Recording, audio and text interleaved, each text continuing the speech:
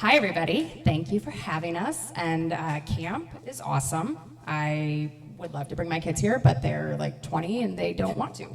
So someday, grandchildren, right? I'm Katie. I am the founder and CEO of TapOnIt. We are a text marketing platform. It's a software as a service. We focus on content, so I love hearing all of the conversation around that. Jessamyn, I'll let you introduce yourself. Yeah, absolutely. Hi, everyone. I'm Jessamyn, and I work for Oakley, where I head up brand marketing for our physical brick and mortar stores in the US and Canada. Okay, so real quick, I do want to say one thing about myself, which I'm happy to do anytime. But so TapOnIt is actually based in Iowa, and earlier today there was some talk about cornhole. And most of you probably know that Iowa tends to be known for corn, not potatoes, just to clarify. But what you probably did not know is that we call cornhole bags. So I hear cornhole and I'm like, what a weird name. And I just think it's so backwards for us. But there, I just wanted to give you that little piece of information. So Jessamyn, you have had a very interesting career. In our conversation, in our prep call, getting to know each other, I got to hear a little bit about that. So before we dive into Luxottica and Oakley, why don't you tell the room a little bit about where you've been? Yeah, absolutely. So I have been in retail pretty much my whole career. And I started my career, I was lucky enough to snag a job at Bonobos at the time that they were about 35 people. So kind of started at whatever job they would take me at and worked my way up from there. But really joined the brand at a super exciting time. They were going into massive explosive growth and was really able to ultimately join them as their first ever retail marketing manager who was able to help craft a strategy for their guide shop, their version of a physical store, taking them from 1 to 20 stores by the time I left. So awesome start to the career there. But then from there went over to coach, really was interested in learning from just an expert and household name in brick and mortar. So spent some time at Coach just doing cool things. I was part of a team that was new that basically said like drive innovation and hey, we need to move our sales by X amount of basis points, so just do whatever you need to do to get people in the door for this weekend. So I was doing amazing things like putting in like a 500 square foot drone that went from like the mall parking lot all the way to our store, and hiring, it was a vinyl road with like a call to action to visit the store. We had a drone photographer come and zoom up above the mall and get the shots of it. It was pretty cool. Another day I was like blowing up oversized Pac-Man balloons for our global launch and like giving balloons to anyone who came into the store or outside of it. So just really fun, amazing time driving innovation at Coach. Yeah. Then from there I went over and tried to work for just an all online brand that also had a wholesale presence. It was a up and coming wearable technology company where I was running marketing for them. But realized that I really missed that physical brick and mortar experience. So when I joined Luxottica, working on the Oakley brand, that was extremely important to me, and what I've been focusing on ever since, which has been about for the last 4.5 years now. Awesome. So I thought that was important for you to hear as we're talking about the evolution of retail and the fact that you've gotten to be involved in all aspects, right? From brick and mortar to online, and now you're focused on brick and mortar business again. So real quick, tell us a little bit about what sets us apart, what sets Oakley apart from Luxottica. Like, what makes you guys different? Yeah, absolutely. So I think probably most people in this room know that Oakley is a sport performance brand. We have a big focus on eyewear, goggles. You see our products on some of the best athletes in the world across the Olympics and NFL, MLB, just lots of sports verticals. So we really own the market there, which is fantastic. And we have a product that people who are the best in their craft want to wear, which is awesome. But I think what really sets us apart versus the other brands at Luxottica that you heard from Doug earlier today that sell glasses is that we've got that rich brand DNA that people know. Like when I say, hey, I work for Oakley, everyone has a story immediately. And they're passionate about it, right? And it's not just the people that I interact with and the customer, it's also the people who work for the brand. We have people who have been there for 20, 25, 30, even 30 years. It's pretty incredible. And they're there because they're just so passionate about the brand and they just love Oakley so much. So to be a part of that culture that's just organically, people are very excited, is just really infectious and something that's fun to be a part of. That's awesome. So as you've been at Oakley and clearly through this interesting past couple of years where, I'm sure that there was a major focus in driving online traffic versus in-store traffic for a while there, first of all, how do your teams do you work together with the online versus in-store, or is it more that you are working on separate goals? Like, how do your teams work together? Right. So we have an interesting challenge where we have separate P&Ls and separate business leaders across .com, brick and mortar for retail, and then also wholesale, but there's one customer, right? And they don't know that, and they don't really care how we're set up and our infrastructure set up. We got to figure out a way to work all together and tell one cohesive story. So I spend a lot of time just aligning as a marketplace, and it's a lot of just off-the-cuff conversations and sharing information and just making sure that we're super aligned on whether that's a launch date or an asset that's being used, just really across the channels. So that's been really an interesting challenge, but something that we continue to strive for, right? But what happened during the pandemic, obviously at first, our stores were closed. We were really leaning on .com, which was going through massive growth at that time. We were leaning on some of the other brands in our portfolio that continued to stay open because of a medical need. So we were really lucky to be part of the larger Luxottica umbrella that, where it was okay that our stores were closed for that temporary time period. But now, in 2021, we've really seen a big shift where, e-commerce is struggling a little bit, to be perfectly honest, but our brick and mortar sales we're doing quite well.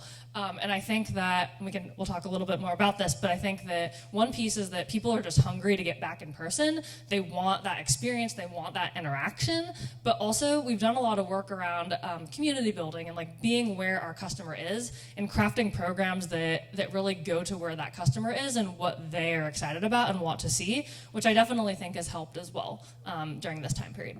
Okay, so I know both of us are excited for you to talk about the community building and what you do there. So tell us about your community building programs and what you're doing at a local level. Absolutely. So this has been a really fun one for me and my team.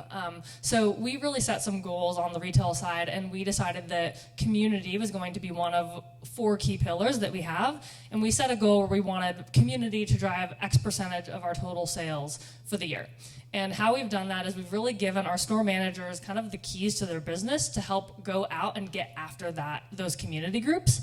But what we've done on the corporate side is help to put some parameters and help carve out what those groups are and what programs look like for each of those target audiences. So the example I'll give you is a youth athlete program that we crafted. So we saw a big opportunity, with our youth sports, and we know that we have a lot of youth athletes in the world, and we want that younger customer, and we know that a lot of them have parents that are not afraid to spend money on them for their safety and so that they can look their best while they're playing on the field, right?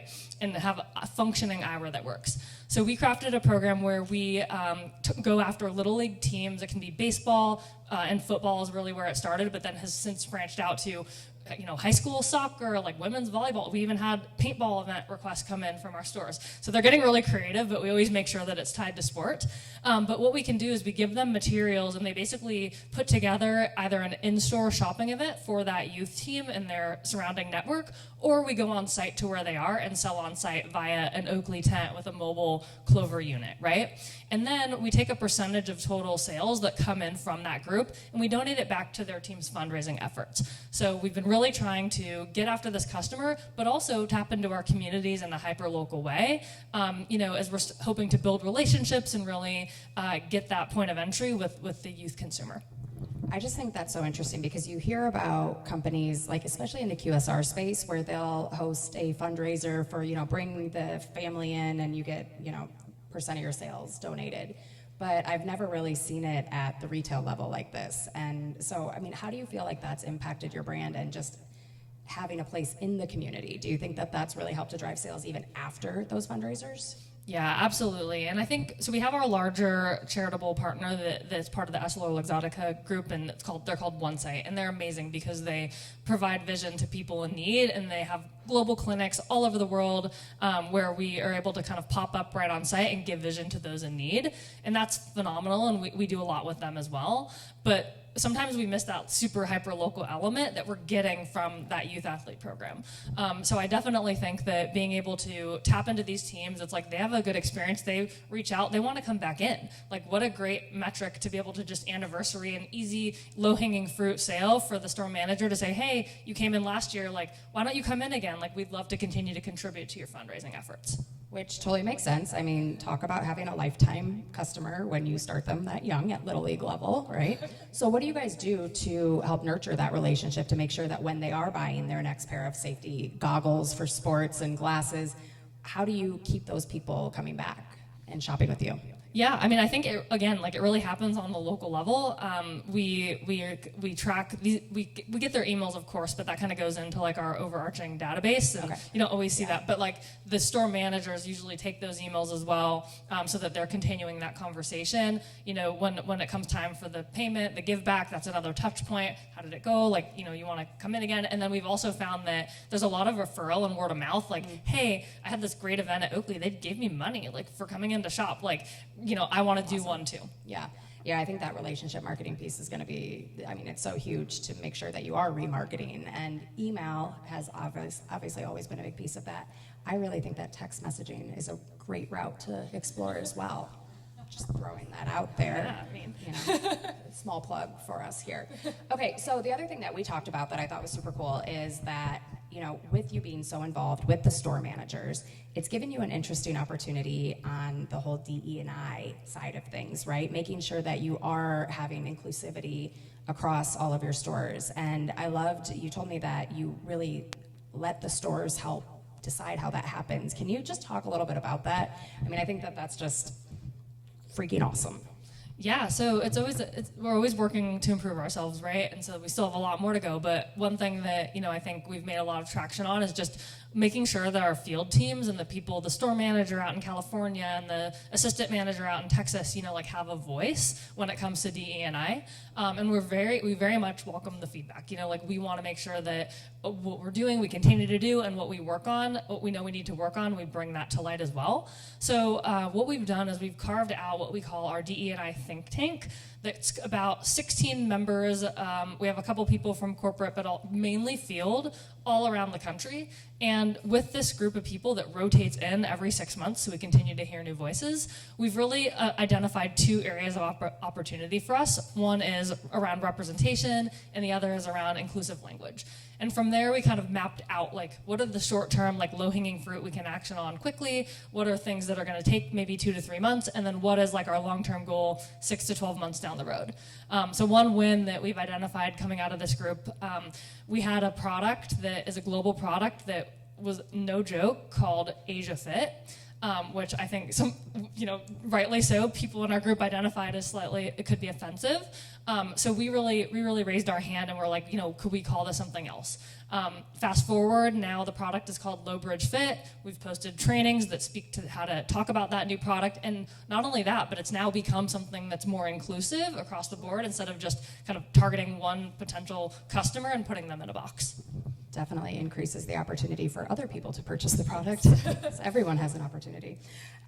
Okay, so I love that, and I do really think that it's awesome how you let people at the store level be involved. So as the pandemic and everything has shifted there, and now you're coming into the new normal, and yeah, it's exciting to hear that you're seeing spikes in your in-store sales, I mean, driving that brick and mortar traffic, but you talked a little bit about how, you know, creating unique experiences to get people involved is something that you've really enjoyed and you've seen really work. Is there anything really exciting that you've recently done that you might want to talk about? Hence, whoever's in charge of rolling footage. I don't know that we talked about that before. Do we have that ready? Awesome. Yeah? No? Yeah, it's up. We got it. Perfect. Look at that. There we Great.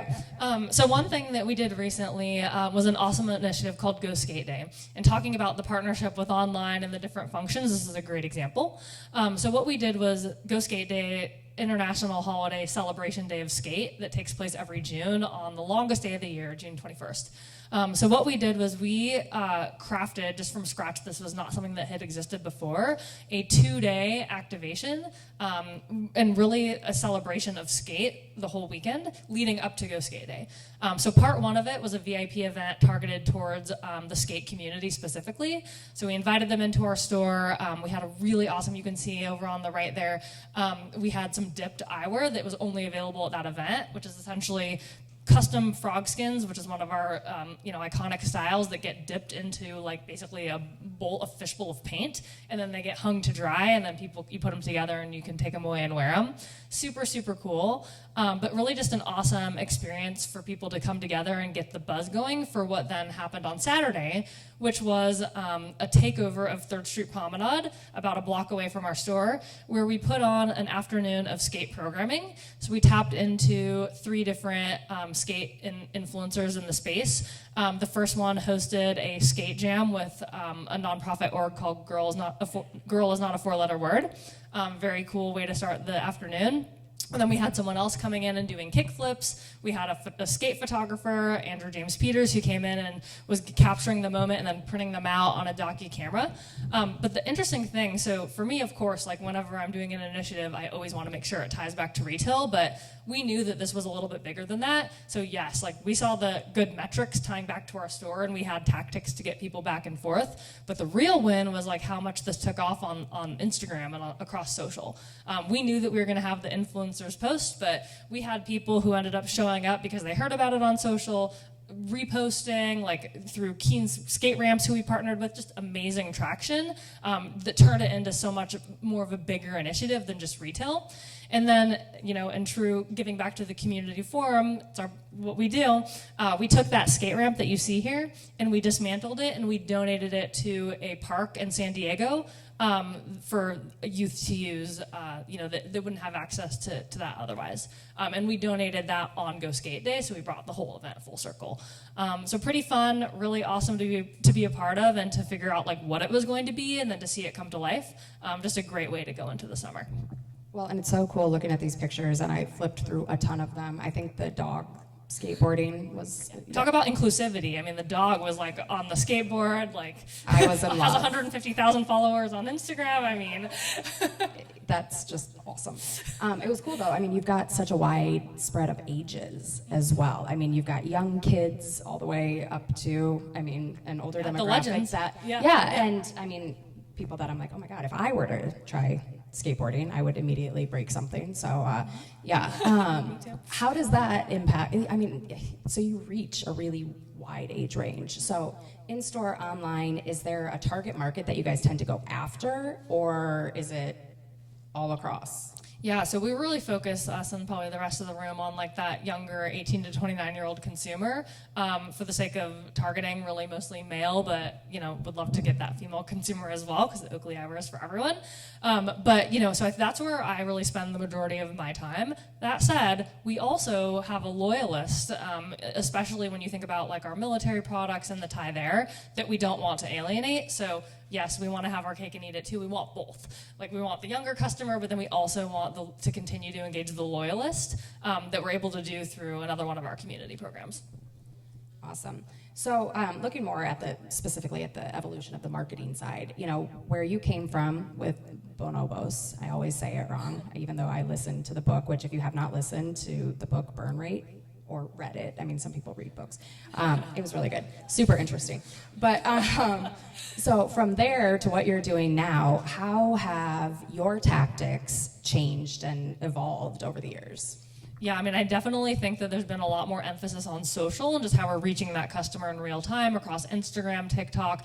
Partnering with influencers, that was something that was really not a thing when I started at Bonobo. So now, I'm always like, oh, what people can we tap into to help us create the content and to extend our reach, right? So I think that those are themes that I lean into more now. But the one theme that stayed tried and true across all of these years is really just that consumer experience. And continuing to put on an experience that's special for the consumer is going to make them want to come into your location.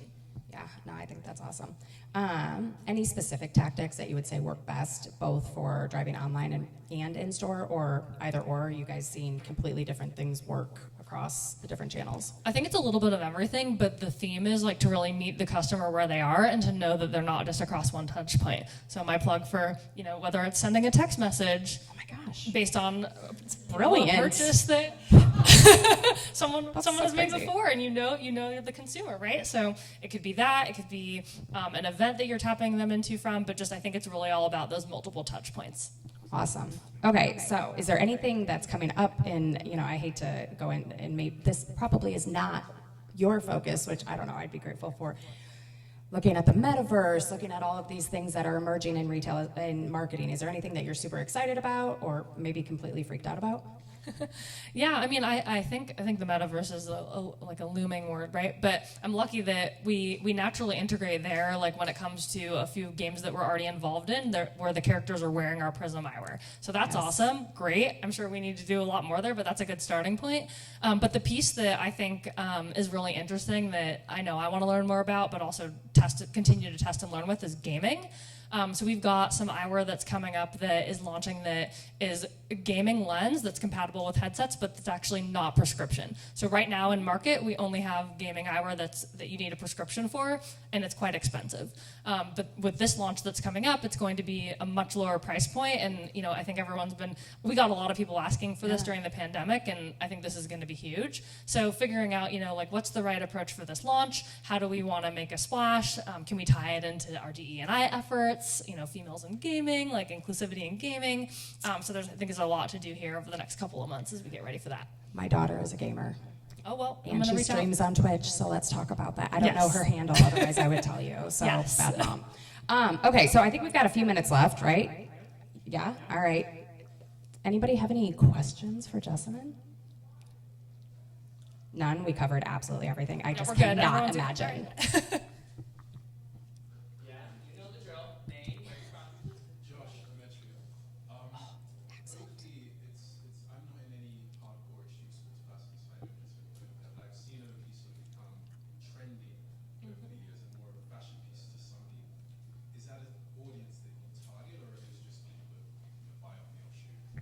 Yeah, it's a great question, and if you couldn't hear, he was wondering, he's seen Oakley become more trendy, and he wants to know if that's something that we're tapping into in an audience that we're targeting.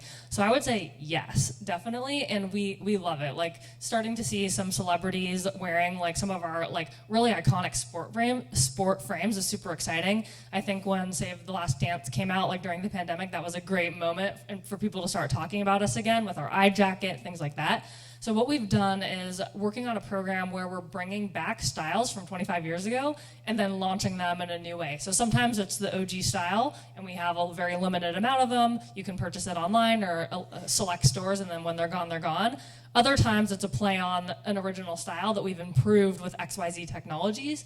An example of that would be our Sub-Zero that we launched in May. It was based off of the original Sub-Zero, which we brought back for very select quantities, like 2 weeks before our launch of the actual Sub-Zero.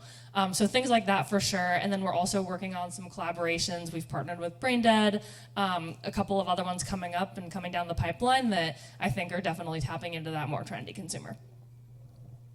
Sweet.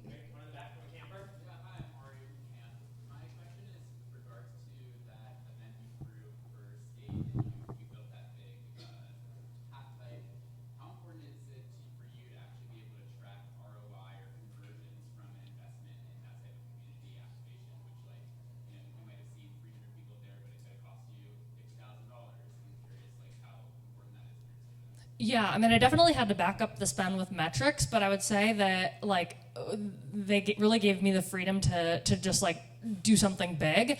So it was more about like that brand credibility moment and like getting that impression, getting that reach. But everyone knew that this was the first time we'd done something like that. So it was equally as much about being authentic to that skate community that we hadn't really done anything with in the last, 5-7 years, as much as getting metrics. And for me on the retail side, like if we didn't see the right store performance coming out of that, then it wouldn't have been great for me. But luckily I had a good story to tell with both store metrics and then also with social metrics as well.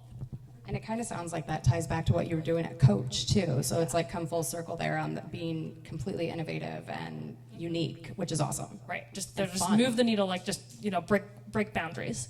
I love that. Any other questions?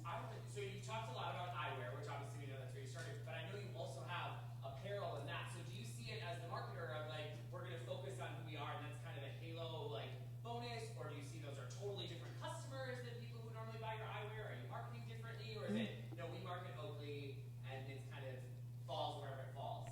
Yeah, it's a really good question, and thanks for the apparel plug. Yes, Yes. we do. Our tees are great.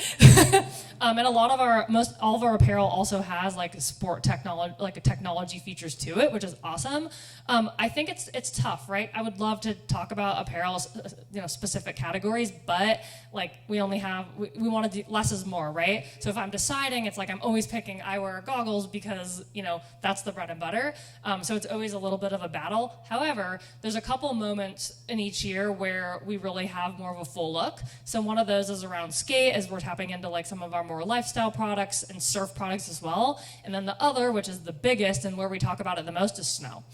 So we have key athletes that have really been signed on to have full looks with us. So we not only have them in the goggles like Jamie Anderson and Sage, but we also have their full look that corresponds back with that goggle look. So I try and kind of focus it more on like the key time periods where we really have that full story to tell versus creating an apparel story on its own.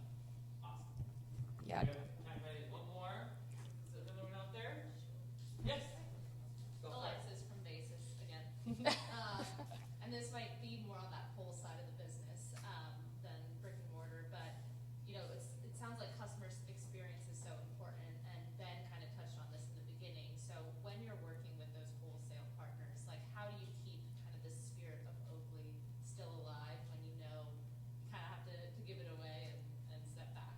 Yeah, it's a good question, and I don't oversee account marketing, but I can tell you that it's an ongoing challenge for them, just because our wholesale presence is so vast, So and we lose that control of like being able to actually merchandise the tower that it's in, and it's in a tower, so you have to have someone come and unlock it. So there's a lot of challenges there that we have to work through. But I would say a couple things. One is that we have kind of asset packages that go out, so at least we know that we're starting with a consistent message and doing what we can through like training and guides and whatever that may be to help keep that consistency. The other thing that the account marketing team is doing is elevating specific doors and really focusing in on like what they can do in not all places, but maybe some or like one account, and just going really big there and just kind of putting the eggs in that basket and controlling what they're able to control versus trying to be everything to everyone. Well, and you had mentioned when we talked that even at the store level, which you do control, that you had made some major changes just in how you were setting things up, right, with the genders being separate.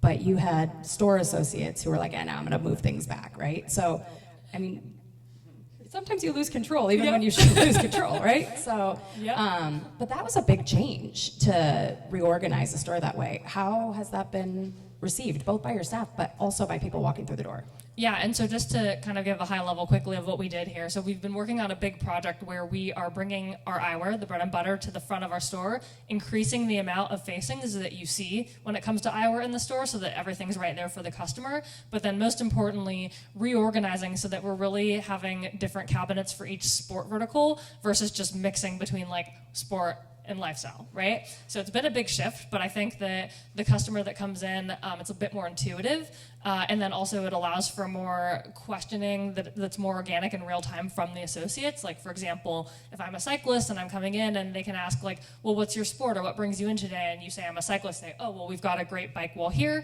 and then we have some complementing styles over here in the off the field section. That's perfect. All right. Well, I think that's it. Thank you. Thank you.